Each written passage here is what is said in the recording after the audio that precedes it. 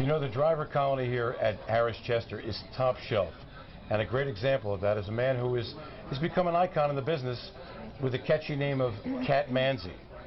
And he started in upstate New York, and he migrated down. I remember I called his races at Libertyville in the 70s, late 70s, with Cat Manzi, and he was good back then. He was good back then. He's now a Hall of Famer. Yeah? And at the age of 57, he shows no signs of slowing down. And he's like number 2 on the all-time list, Number right? 2, that's right. But only behind Hervé Fillon. He's a talented guy and a terrific driver. His name is Cat Manzi, and he's the subject of this week's driver profile. Watch. Off the turn, they come to the wire. Inside, digging in now, Silver Flash. Corporate Raider on the outside is absolutely flying. Through the lane they come. Corporate Raider inside, Silver Flash. Gonna hang on here at the wire. It didn't take long for Hall of Famer driver Catello Manzi to put his mark on Harris Chester, winning the very first race here on September 10th, 2006 aboard Silver Flash. The 57-year-old is no stranger to the winner's circle with nearly 13,000 wins, second all-time behind another Hall of Famer, Hervé Fillon. It's something I've done since I was a little kid. I never had a job. I always took care of horses with my father, you know, trained horses. You know, I've been driving all my life, and it's just what I do, that's all. The Catman has been driving for 40 years, beginning his career in 1968 at Monticello, and like most rookies, it took a while to taste victory. My first win was at Pocono Downs. It was the following year. I had a little rough start. I think I might have went 30 races before I won a race. My first win was at Pocono, a horse called Mike's Jimmy Lynn. Nobody forgets their first win, I don't think. In June, he'll turn 58 and shows no signs of slowing down. It's not uncommon for Cat to drive here in 10 or so races during the day and show up at another track for the night card. In fact, he just passed Fillon as the all-time leader in assignments with over 82,000 drives. Where do you see your career going forward? Well, you know what?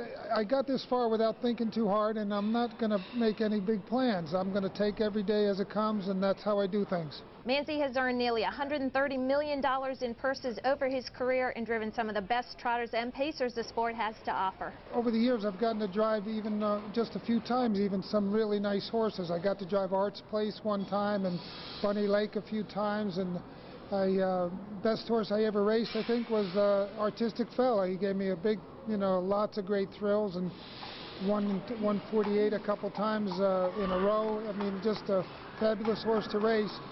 And best thing about that was he was the son of a horse that my cousin Ed Lohmeyer trained, Pacific Fella, who was one of the best horses I drove prior to that. Harmonious winning the World Trotting Derby for me. It was great. I got to win the Yonkers Trot 3 times. That was a lot of fun. And you know, there's just you know, even horses that weren't great horses that I've enjoyed over the years racing. Atlantis M was one, but there's many of them like that. They're just fun to race. The one-of-a-kind Catman, racing here every single day, every racing day that is, at Harris Chester. I say we take a little day trip and go up to the Poconos. It's always a fun place to go because we got a terrific race coming up today. That's right. It's actually the Max Hemp eliminations were last week. The final goes today, but in the first elimination leg, you had Mystery Chase, Segundo Hanover, and Blue Ridge Western battle 3 deep down the backside, while a very patient Brian Sears sits back with Badlands Nitro, ends up the 8-5 favorite and scores. Here's Jim Baviglia with the call. The lead briefly belonged to Segundo Hanover, but he couldn't clear. And coming up 3 wide, there's Brennan with Mystery Chase. Segundo Hanover now caught between horses. Second, while down on the rail there in third is Blue Ridge Western. It's 2 back to True Ponder in fourth. Moving up into fifth, there is Badlands Nitro. Then further back, Fly High, Shadow Play fading out of it. There's still 3 across at the 3/4 mark in 1:21 and 1. Outside, Mystery Chase in between, fading Segundo Hanover down at the rail. Blue Ridge Western, and swinging up 4 wide is Badlands Nitro. At the top of the stretch, it's Blue Ridge Western with the lead. Badlands Nitro and Sears moving best of all from the back of the pack. Badlands Nitro pacing away late. Blue Ridge Western back in second, but it's Badlands Nitro to take the first split.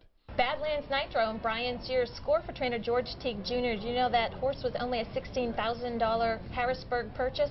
16 grand, a bargain basement horse? That's right, $16,000. That's what George Teague is known for, taking a young one and scoring with him at a modest price at the sale. The second elimination, it's that time, and driver George Brennan for trainer Steve Elliott gets away. They line up post position order. Eric Goodell on Duke Did It. It's a perfect pocket trip. Here's the call.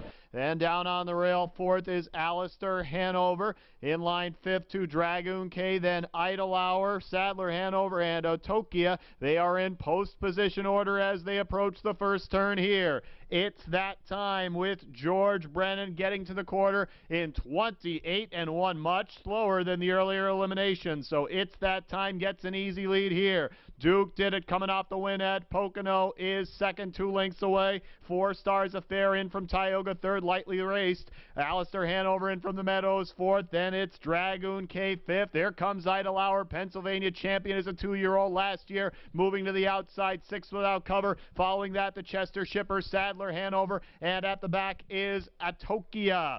It's That Time, 57-2, 29-1. Second panel, Brennan is getting away with murder on the lead here with It's That Time. In the pocket second, Duke Did It getting a great trip here. Hanging onto the rail, third is 4 Stars Affair, grinding first over. Here comes Idle Hour, a tough trip on the outside after that slow pace. In fifth, second over now is Sadler Hanover. Down on the rail, sixth, Alistair Hanover, and further back to Tokia. 3/4, 125, 27-3 there. It's That Time. Brennan with a masterful rate job, and now he steps on the gas and gets away by 2. Further back to Duke Did It, Idle Hour. It's That Time. Duke Did It trying to rally from the pocket, but this one was won early. It's That Time. Great job by Brennan, and he's going to win the second elimination, gate to wire. It's That Time, and George Brennan score in the second elimination. Oddly enough, he chooses to drive Mystery Chase in the final. You surprised by that? A little bit. Well, it's going to be contested today, so you got time to get out here. Doesn't matter where you live. It's convenient to everywhere. It's right off I-95, Harris Chester. So come on out and bet the hemp today.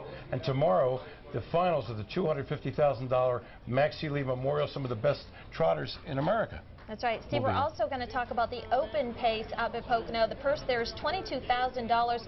Eric Goodell for trainer Ken Rucker. Assigned post 8 on Load the Dice. He's now 2 for 2 in the open up there.